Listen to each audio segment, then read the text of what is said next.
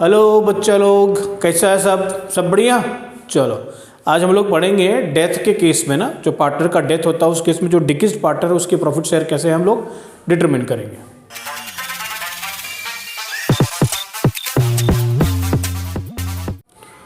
तो चलिए शुरू करते हैं। अब हमने देखा determining share of profits of deceased partner. तो दो तरीके हमारे पास में, एक तरीका है बाय प्रिपेयरिंग फाइनल अकाउंट्स और दूसरा तरीका है बाय मेथड ऑफ एस्टिमेशन, जैसा कि आप देख रहे हो सामने।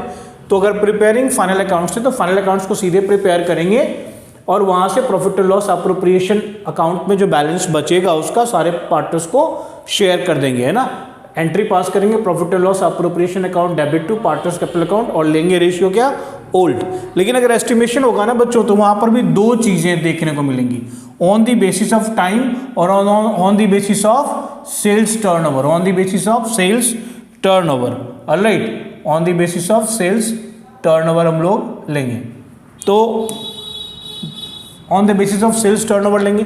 अब मैं जरा यहाँ पर एग्जांपल्स के थ्रू आपको समझाने की कोशिश करता हूँ। अगर मैं on the basis of time लूंगा तो मैंने क्या लिखा यहाँ पे, प्रीवियस ईयर प्रॉफिट लेंगे और अज्यूम करेंगे कि वो जो प्रॉफिट थी प्रीवियस ईयर में वो यूनिफॉर्म थी। अब कैसे कैलकुलेशन करेंगे ध्यान देखिए।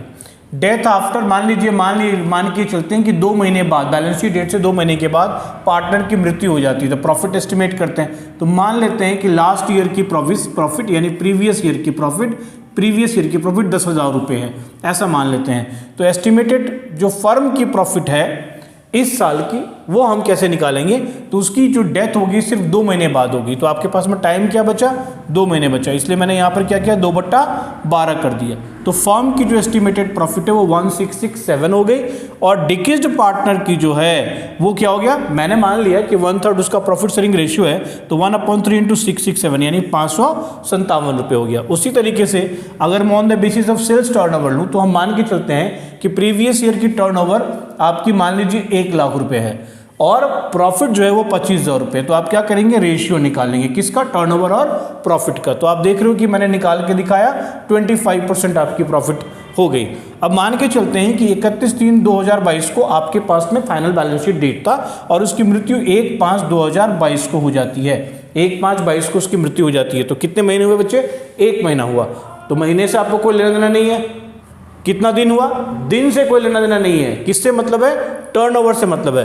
और हमने कहा कि फर्म की जो टर्नओवर है इस पीरियड में, जो टर्नओवर, ये लिखा मैंने टर्नओवर मान के चलते हैं कि 20,000 रुपये है। टर्नओवर कितना है, 20,000 रुपये, ऐसा हम मान के चलते हैं। तो फर्म की प्रॉफिट क्या हो जाएगी, फर्म की प्रॉफिट हो जाएगी, क्योंकि आपने यहाँ पर रेशियो 25% निकाले हो, टर्नओवर का 25%, तो 25% ये फर्म की प्रॉफिट हो गई। ठीक है दोस्त।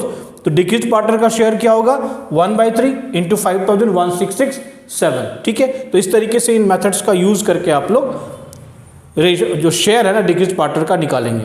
Okay fine, thank you very much. आज के लिए बस इतना ही।